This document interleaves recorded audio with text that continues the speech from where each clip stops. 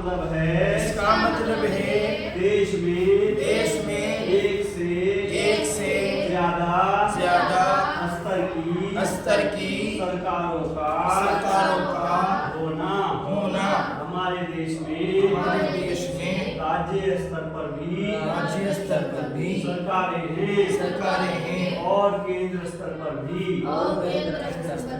पंचायती राज व्यवस्था शासन का तीसरा स्तर है। इसके बारे में आप कक्षा 6 में पढ़ चुके हैं। कक्षा 7 की किताब में आपने राज्य सरकार के कामकाज को देखा था।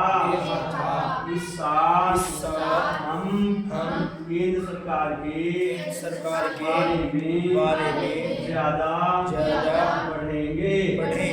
भारत में इतने सारे समुदायों की उपस्थिति का सीधा मतलब ये था कि यहाँ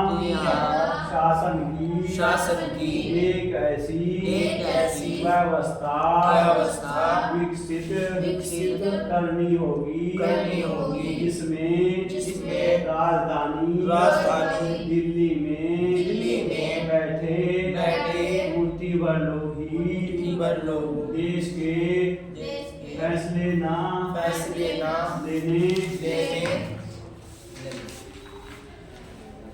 लगे। इसलिए प्रांतीय स्तर पर भी सरकार की व्यवस्था की गई ताकि